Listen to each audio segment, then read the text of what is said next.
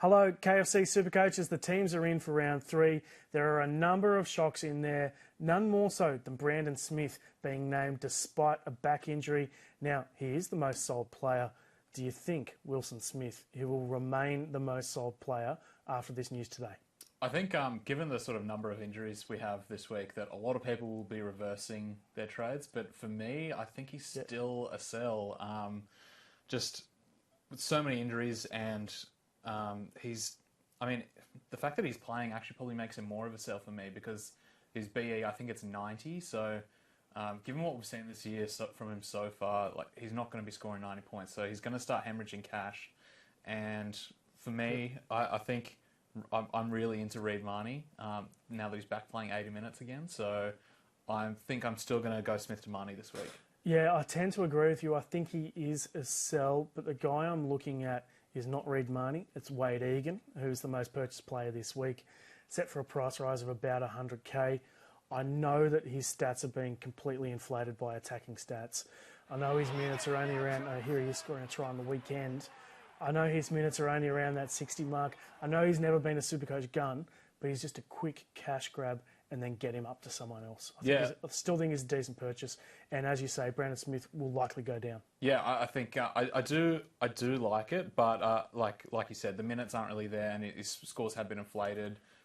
But as sort of just a short-term cash grab, I don't hate it because there aren't a lot of other good cheapies at the position that are like an easy switch from Smith. So if you're not going down to him, you sort of have to be going up to Marnie. So I do like it as a short-term cash grab. Yeah, don't be thinking long-term with him. Send your questions and comments through.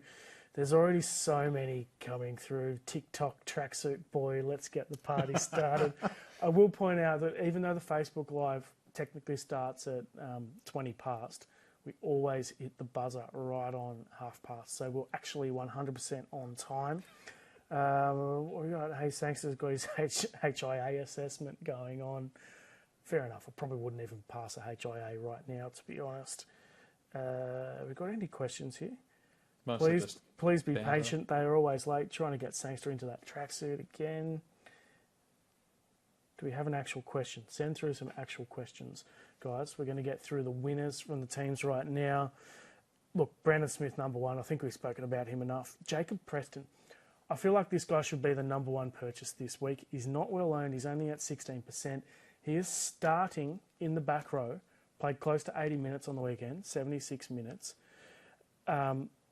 Scored a try, set for massive price rises. Job security is good. He ticks absolutely every single box we want for a cheapie, and yet he's only about the 8th most purchased player this week. Yeah, I was really off him at the start of today, but then after blogging and talking with some of the super coaches, I've come around on him massively. I sort of thought that once a few players came back from the Bulldogs sort of injury list, that his job security would be a bit of an issue. But sort of looking at their casualty ward and their depth, I reckon he's actually a pretty good chance of holding that spot for a while, even when some players start to come back. So I'm actually pretty interested now. I think he retains that spot on the edge, even though he was named at lock on the weekend. He played on the edge. I think he plays at least 60 minutes for the rest of the year. And if that's the case, he's going to be one of the cheapest of the season. Not quite a Jermaine Hopgood, but still certainly up there with some of the best forward cheapies going around. Speaking of, Josh Schuster was the most popular cheapie in the preseason. You can pick him up at 2RF or at 5'8". Of course, he's at your boys at Manly. He returns this week. Obviously, you don't get on this round. You have a look, but he could be a great little downgrade for round 5. Yeah, I started the season with him despite his injury, just because I knew that at some stage, I'd want to be bringing him in. Manly's attacks looked pretty good, even with him injured, and I think now that he's back, I have a good feeling about Manly against Parramatta this week, so fingers crossed. But like you said, he is coming back from the calf injury, so I think given his injury history, you still wait and see if you don't have him already. Question completely without notice, and it's the first game of the round, isn't it? Yep. At 4 Pines. Straight C on Tommy Turbo in that game. Lots of people were talking to me about this in the blog today. Yeah. Lots of people considering, because you look at the other captaincy options, there aren't a lot of great guns that have good matchups this week. Turbo has he's had some bad games against Para, but he's also had some really, really good games against Para. So I mean, unless you want to take the punt on someone like Harry Grant against the Titans, or Tedesco for the third week in a row of disappointment. I think Tommy Turbo is pretty good, or Hopgod. You could just straight see him. I think lots of people were hesitant last week and chucked the VC on him, but I think he's shown enough that you can just straight see him.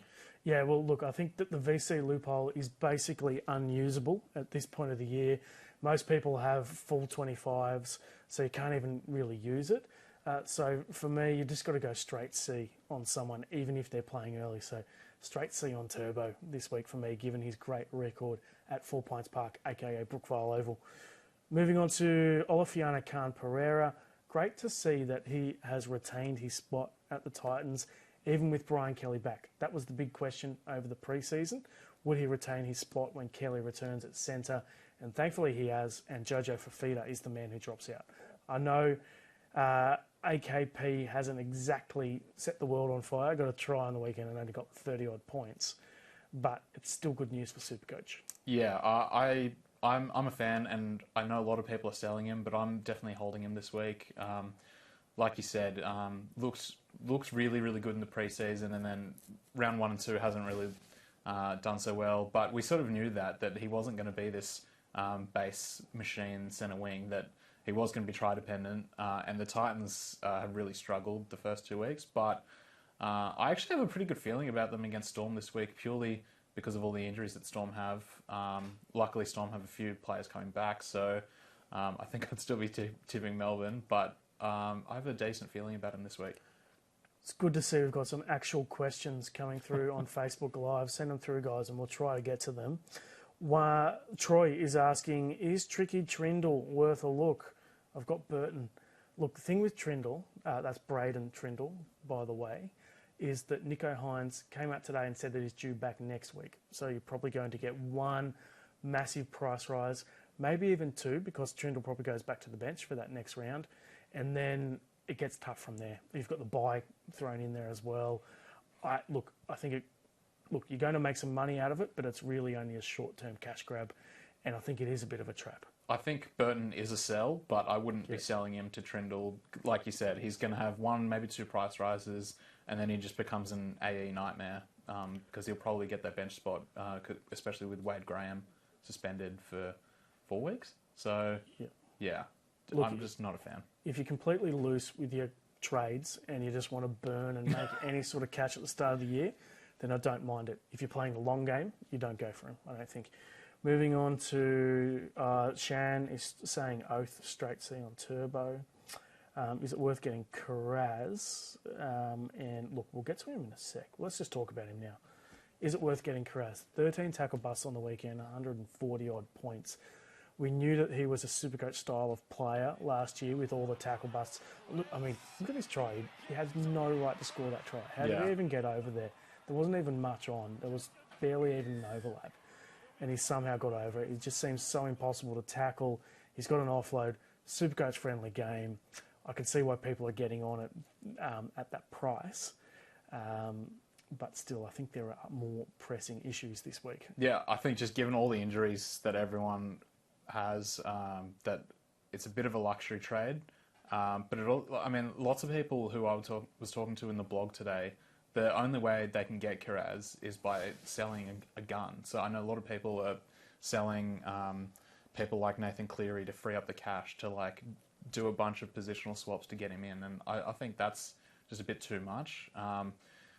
If you've got someone like Brian To'o, I would consider moving him down to Koraz. But other than that, I think Koraz is just a little bit too expensive for my liking. Yep, I tend to agree. It was his big year for Supercoach was last year when he was one of the great cheapies. Moving on to Peter Newton is asking, is Adam Doueihi out? Now, there were lots of rumours floating around today that he wouldn't get named. He has been named. We were all prepared to go with that sell that he might be out, but it's not the case for now. It's something we'll be keeping an eye on for late mail. So keep an eye on that. But for now, it looks like he's going to play, and I think you can still safely purchase him for now. They do have Brandon Wakeham on the bench, so maybe a little bit of doubt there. But, they've named him. but it is a bit concerning, especially because they are the second last game of the round. So fingers crossed he plays, because I'm getting rid of Matt Burton this week. So if Adam Doueihi is out, then I'll be in some trouble. Moving on to the losers from the teams. Big blow with Jackson Ford and Chance Nickel-Klokstad from the Warriors, both ruled out due to those concussions suffered last week. I own both of them. At this stage, I'm holding both of them. I can be swayed either way. Send us through your theories in the comments here. This is Ford getting knocked out. It was pretty bad. He really had the wobbly boot on, and CNK's wasn't great either. Look, hopefully they are back for the next round, so I'm going to hold. I still think there's big price rise potential, particularly in CNK. He looks like he's going to play, going to make around 20 runs per game in that fullback position. Yeah, I have both of them, and I had both of them in my starting 17 last week, so that was devastating. I think I had 4 players combined for like 30 points or something. It was very sad, but yeah, I'm still holding them both for now. I think they missed this week, but probably back next week if they're doing a lot better. And yeah, like you said, I think they both still have like a lot of potential to make decent cash and score good points. Like they're both, like especially CNK, he's a startable option, and Jackson Ford I think is a good reserve option when they're back. Ford, I think a lot of people had question marks over him at the start of the season, but he earned that starting spot. So you'd think when he's back from this that he's straight back into the starting side. Shan is saying, I'm holding both CNK and Ford as well. There's Tin is saying, I don't own CNK, but I'm selling Ford. The issue I've got with Ford, you look at this team, and you've got Barnett goes out to an edge after starting at prop to start the season. Then you've got Josh Curran on the bench, and who's an edge player, really. And then Bailey Sirinen comes onto the bench, who's a great edge player as well. So if any of those guys go well, then Ford may find himself on the bench or even out of the 17 in a couple of weeks. They do have Jazz Tavanga to come back from injury at some point still as well. And they've seemed to have not be using him as hooker as much the last couple of years, and he's more of a lock now, so that could shake up the back row. So yeah, there is some concerns there, but I think I'm still confident enough to hold him for now. Moving on to more losers, and Kalen Ponga obviously out with that concussion. Presumably that's long-term, and all the best to Kalen after this massive hit. Doesn't look pretty. And of course, in SuperCoach, he is a sell. Davey Mawale, I also have on the losers list. Now, the story there is that Hame Sele is back. So Mawale moves to the bench. And it looks like the cheapie that got away this year is Shaq Mitchell, who's averaging 50-odd, playing massive minutes and passing the eye test big time as well. Yeah, he's massively flown under the radar.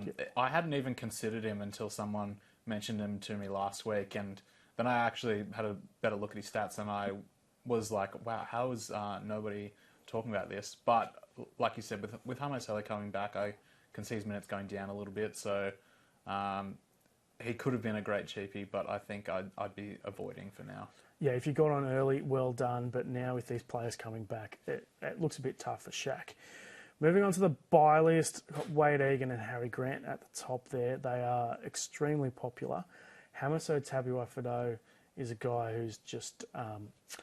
he's proved everyone wrong, really. We thought the Dolphins were not going to score any tries, and we thought that Hammer had no work rate. He's shown the exact opposite over the first few weeks. And look, I can totally get around bringing him in for someone like Remus Smith, for example, or CNK even. Yeah, a lot of people making those trades. I was definitely one of the non-believers as well at the start of the year.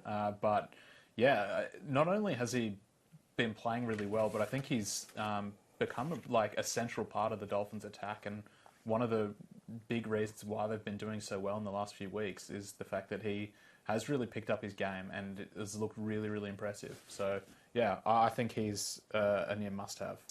We were just talking about Shaq, that's Shaq Mitchell, and Cram is asking, would you trade Franklin Pele to Shaq?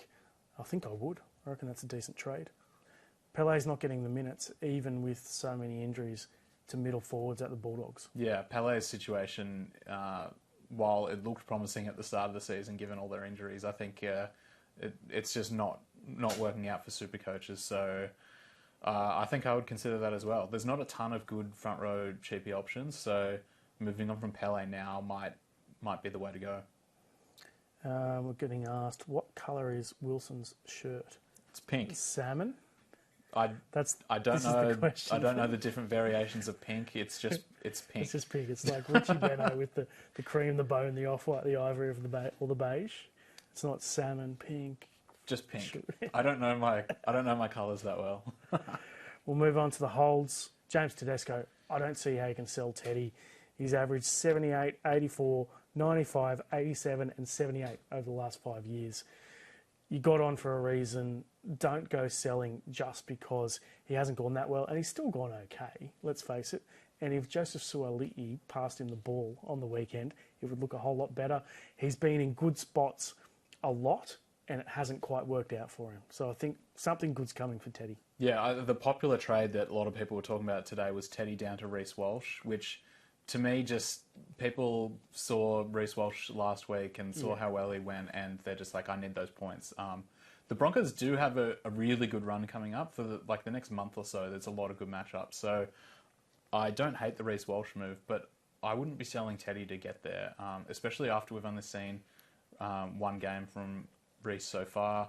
I'd be holding off a little bit. But the issue is, if you don't do it this week, Teddy is going to lose some cash. But like you said, you bought him in for a reason, so just stick to your guns.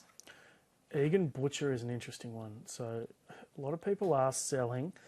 I own him and I'm holding for now. Looked like he was set for 80 minutes in round one, but obviously got sin bin and lost 14 points all up in that game. So he's got excuses in that match. Then he played 80 minutes on the weekend for 44 points, I think it was.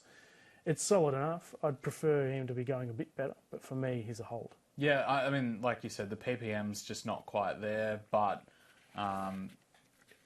he is scoring okay, and I think there's just other pressing issues this week. So, I mean, if you've avoided a lot of the other injuries and you do want to move him on, I can get around it. But for me, I mean, I don't have him, but if I did, I'd be holding. Onto the sells now. Scotty Drinkwater's out for 3 games, so he does have to go. A lot of good attacking stats for him, but still wasn't getting SuperCoach scores anyway. Tommy Talau is another interesting one. So he's only averaging 15. We knew he didn't have big base stats. We knew he was playing for the Tigers, who, let's face it, are not the best team going around. And he's 300k. I really don't know why he was a popular buy to start with. And he can go to someone like the Hammer or even Koraz for 200 odd K, or a bit more than that. Look, I think he is a sell. Yeah, I was into him during the preseason just because I think a lot of people thought the Tigers were going to be a lot better, but obviously the first 2 rounds has shown that they're not going to be as good as some of us thought they were this year. So, yeah, if you do have him, I would definitely be moving him on to the Hammer this week. Let's go through each of the games. We're just going to pick a player from each of the matches. For me, this Sea Eagles v Eels game is all about Tommy Turbo. Straight C for me. I don't think a lot of people are going to do it because they're going to want to go the VC, or I can just chuck the straight C on him. You're not going to use the VC at this time of year anyway, unless someone scores over 150. Yeah, I agree. I think I'm leaning towards Hopgood towards my straight C this week, but I can get around Tommy Trbojevic as well, and Josh Schuster as well. He's the other sort of player to watch in this game. If he's scoring pretty well, then obviously maybe next week or the week after it becomes an absolute must-have for everyone who moved on from him during the preseason. So Josh Schuster is the other one to watch for me. Moving on to Knights v the Dolphins. It's the Knights home game. They've got a massive injury crisis there. They've needed to get an exemption just to get a team on the field this week. And Dylan Lucas and Ryan Rivett are 2 guys who come in who we have to keep an eye on as cheapies. I don't know much about them, but definitely keep an eye on them. And Lachlan Miller is a bloke who I think he's got such a SuperCoach relevant game, so many runs, so many tackle busts. If he was at a good team, he would be a SuperCoach gun. And if the Knights do get on a roll at some stage, he's a guy that you've got to think about.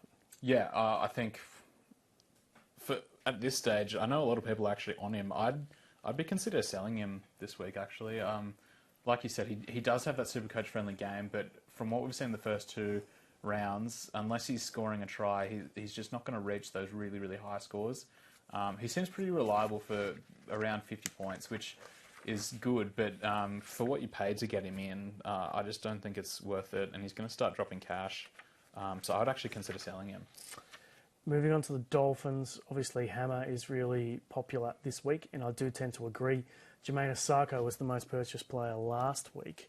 Not so popular this week. Do you reckon a few people are regretting that trade? I think a lot of people would be regretting that trade. I think from what we've seen for the Dolphins, like, yes, their attack has been good, but I mean, Osako has sort of always been that kind of player that relies on attacking stats when he's playing on the wing. So I think he was a bit of a trap last week. I think he's still a bit of a trap. There's not a ton of good Supercoach cheapies at that position other than Hammer that people don't already have in their team. So I think if you were looking at someone like Osako, I would definitely go the Hammer instead. Any other guys standing out for you there at the Dolphins? Tom Gilbert, a few people were asking me about in the blog today. He looked pretty good last week, but he did score that try that sort of boosted his score.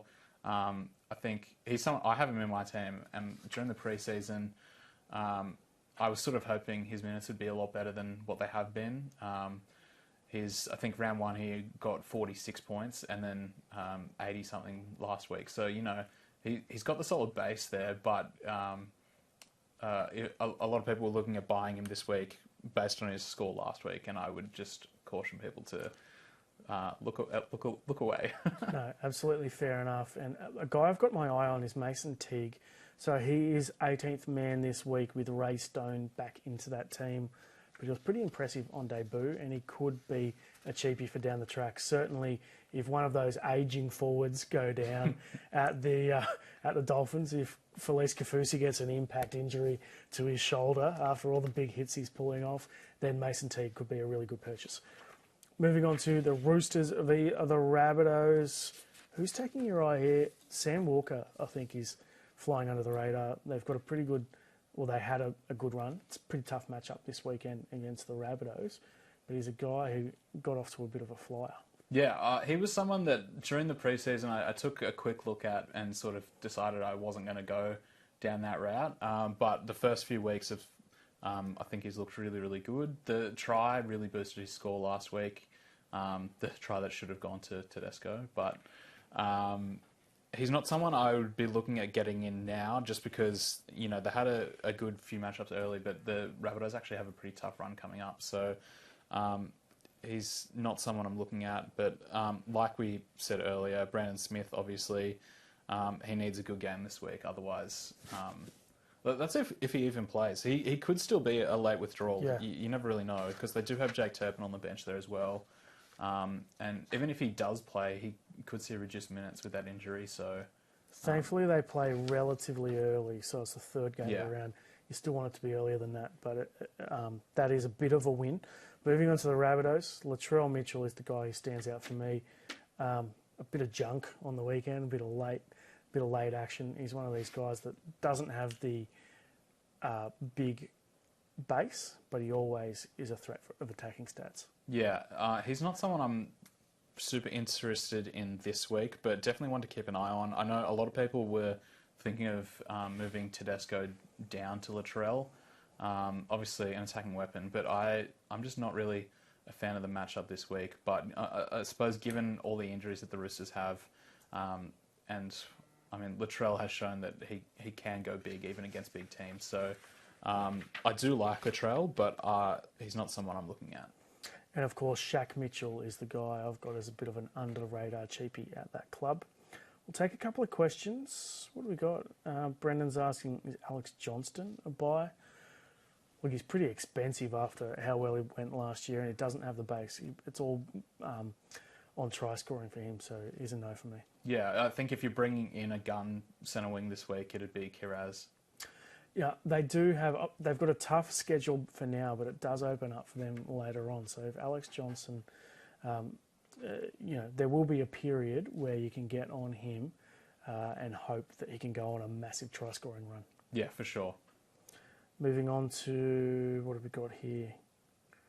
Lots of swearing going on here that I can't say. Why so quiet on Garrick? I'll put this to the Sea Eagles fan. I would love to have Garrick in my team. He's just so expensive. And I when I was picking my team at the start, I locked myself into one gun centre wing, and I went with Brian To'o, which I'm now regretting. If you have the cash to bring in Garrick, I would absolutely do it. Manly's attack is looking good, and he's the goal kicker for the team. The amount of tries he will score a ton of tries this year, and backing up those tries with the goal kicking is very exciting, and I wish I had him in my team. All the attacking players at the Sea Eagles just get so much better when Tom Trbojevic is in that team. So you've got DCE really popular as well, Garrick too, so I can get around all of those guys. Titans v the Storm at the Titans. AKP remains in that side, which is good news for SuperCoach. But we do have Tanner Boyd as a potential sell as well. Who else is standing out for you there? I really, really like David Fifita in this matchup. I think from what we saw last week, the Storm have some players coming back, so I think they'll be a bit better off than they were against the Bulldogs last week. But the Bulldogs shown that the Storm at the moment can be a bit vulnerable, and I think David Fifita is going to have a good game. Tino looked pretty good last week, bit average in the first couple of weeks, and he did score a bit of a cheeky try this week that sort of got him into the big score range. And yeah, like you said, Tanner Boyd, I think is definitely a sell. He's just not really lived up to what we sort of thought he would bring in the preseason, so he's a sell for me. Troy is asking, the cheese is a sell, Reed or Egan in? For me, it's Egan for sure. That's Wade Egan, not Egan Butcher. But for you, it's Reed Marnie. Yeah, I don't think you can go wrong either way. I think Reed Marnie, if you're bringing him in now, he's more of a long-term option, whereas Egan, definitely not long-term option, but he will make some pretty quick cash. You could go with Wade Egan this week, make the cash, and then look to move him on to Reed Marnie in a couple of weeks after you've made some cash. So the only issue with that is that Marnie's scoring pretty well and could go up a little bit, but that could be the way to go as well. I don't think you can go wrong with either of them. Peter Newton is asking, well, he's telling us, he's dropped Doueihi for Gamble to buy Hopgood. First of all, there must be some serious mail floating around that Doueihi's out, and we will chase that up. We're 100% on that. Hopefully it's not the case because I own him. But you do basically need to do anything to get Hopgood in. Would you be dropping Doueihi to do it? I mean, surely you've got other ways to get in Hopgood. Like, sell one of your other, if you've got a mid-ranger or another cheapie that you can move to Hopgood, do it. You have to get him in, but you can't, unless you know that you've got some secret mail that Doueihi's definitely not playing, I'd be keeping him because despite the Tigers' attack not looking so great, if they are going to score points, I think from what we've seen so far, it's going to come through Doueihi, and he'll be scoring well when the Tigers are scoring points. So I wouldn't be selling Doueihi unless you know that he's out. The Storm, we'll move on to them. Jonah Pezzit's on the bench. He's a guy to look out for. Could be a cheapie down the track. Eliesa Katoa, we're getting questions about on Facebook Live now. Had a massive second half in what was a pretty tough game for the Storm. Is he a buy this week? It's interesting because if you watch the game, he was actually not doing so well until sort of the end where he just got some attacking stats late. So there's him and Trent Loiero. I think Loiero is like much lower ceiling and a bit more consistent, whereas Katoa, I think he has a bit more upside. But then you've also got Tarek Sims coming back this week as well. So personally, I'd be avoiding both of them just because now that Storm have some players coming back, I think their ceilings go down a little bit, so I wouldn't be buying them this week.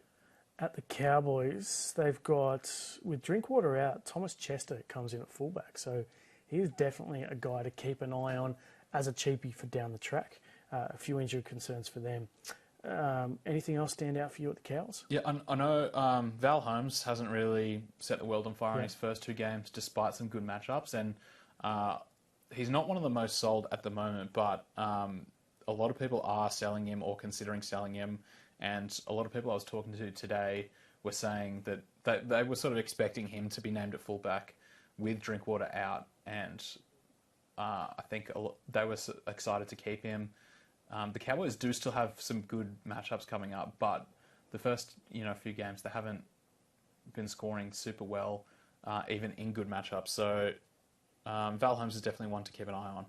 Speaking of cheapies, the Warriors have named a couple of youngsters as well. There's a guy whose name I'm basically no chance of pronouncing, playing fullback, Tian Taupiki. So Good coming enough. in for CNK, so a guy who you have to watch. You have to watch all these guys who come in, all the youngsters, because they could be cheapies at the end of the day. Tohu Harris is a guy who I'm pretty keen on as well. His work rate's massive, minutes are massive, some attacking stats in there as well. Tohu Harris was one of the first players I picked in the preseason, and I made tons of changes to my team throughout the whole preseason, but he is one of the only players that never left my team during the whole preseason. So, and he's delivered, so I'm really happy with him. A lot of people buying him this week as well, and I don't think you can go wrong with that. He's a PPM machine, and he's playing big minutes.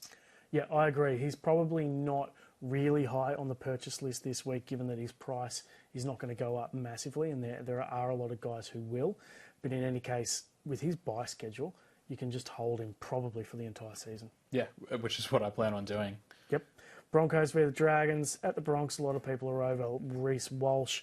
He's never really been a Supercoach guy. Obviously, he's a gun in actual NRL, but doesn't quite have the work rate of the top Supercoach fullbacks like Turbo and Teddy. Yeah, I think a lot of what we've seen from him, I mean, he's shown glimpses of Supercoach brilliance in the past, but playing for the Warriors the last few years, he just wasn't sort of... I don't think we really saw all that he can do. And I know a lot of people saw him play last week and are a bit excited and want to bring him in right away, but I want to hold off for a few weeks and just see how the Broncos attack really looks with him, because I mean he didn't play round one, and we've only seen him do really, really well in one game. It is, on paper, it's a good matchup, but the Dragons actually looked pretty good last week as well. So don't say that. Don't say that. My Dragons are currently equal top of the ladder, which I'm pretty happy about. Obviously, the bye has skewed that. In terms of Supercoach, most people avoided from round one, given that they had the bye. So next week is the week to get on if some of these cheapies come through, like Tyrell Sloan or Ben Murdoch-Masila. Yeah, Ben Murdoch-Masila, he had a really good line break last week and still only scored 30-something points, I think. So he was someone I was interested in early, but I'm not so interested in now. And Sloan cost me one of my draft matchups. I just needed him to have a bad game, and he didn't. So I ended up losing by like 20 points or something. So it was devastating. Right, Bulldogs v the Tigers. Obviously, it's all about Jacob Koraz there. Paul Alamotti did well on the weekend, but everyone owns him, so it's not really a Supercoach factor. Matt Burton is the guy who everyone's selling. Yeah, I had Burton, and I would be moving him on for sure. And then the Tigers. Anyone standing out for you there? We've talked a fair bit about Adam Doueihi already. Big Stefano got the try on the weekend, a late try, and played massive minutes, almost 60 minutes. So well done to the people who got him in at their FRF2 spot as opposed to the FRF3. He's good enough to be a starter, I reckon. Yeah, for sure. And I mean, round one, it wasn't a really good indicator, but last week, minutes were good, and he scored the try. I really like Stefano, and if you're not starting him, he's a reserve option as well.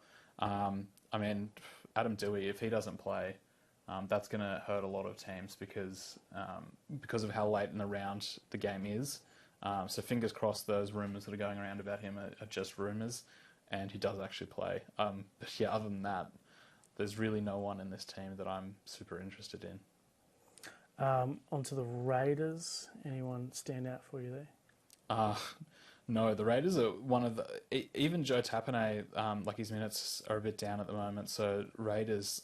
I normally avoid all Raiders players like the plague, and I don't see myself bringing in any of them into my team this year, except maybe Tapine later down the line if his outlook improves. And then finally, the Sharkies. Look, I guess the guy that stands out for me here and the guy who's really popular is Braden Trindle. but I can't go there with Nico Hines due back next week. But then Nico Hines becomes a purchase pretty soon. So they've got a bye coming up, and then once he's played his 2 games, and then I think there's a bye, then he'll be a guy to get on. Yeah, I know a lot of people I was talking to today in the blog were sort of making moves this week to free up cash for Nico next week, which I would be heavily cautioning against, just because, just because he says he's expected to return back next week, they could be extra cautious with him and rest him even longer. We don't really know. Originally what he said he was going to be back round 2 or 3, and now it's round 4. There's still a few question marks there for me, so I'd want to be waiting until we know that he's actually back and has a couple of games under his belt. And firing, 100%, particularly with that bye there, is a definite avoid. But in the same position, we got a lot of questions coming through about Ezra Mam. What are your thoughts on him? I thought he looked really, really good last week. Definitely combining really, really well with Reece Walsh. But from what we saw of him last year, he was a good cheapie. But I think he is just a bit reliant on attacking the stats, which he may get with Reece Walsh back in the team and their attack is buzzing. Reece is going to be making a lot of line breaks, and Ezra is the guy that's going to be there, like backing up, and he could get some points off that. But I think it's a wait and see. I want to see how the Broncos attack is really looking after a couple of weeks with Reece Walsh back in the side. Look, I don't hate it, but same with Koraz. Last year was the cheapie year. That was the year to get on. And then buying them at full price this year feels a bit dirty. Anyway, that is it for our team's podcast. My phone's run out of battery, so we've got to go. Big thanks to Wilson, and we'll catch you for the Game Day podcast. That's 11 a.m. on Thursday. We'll see you then.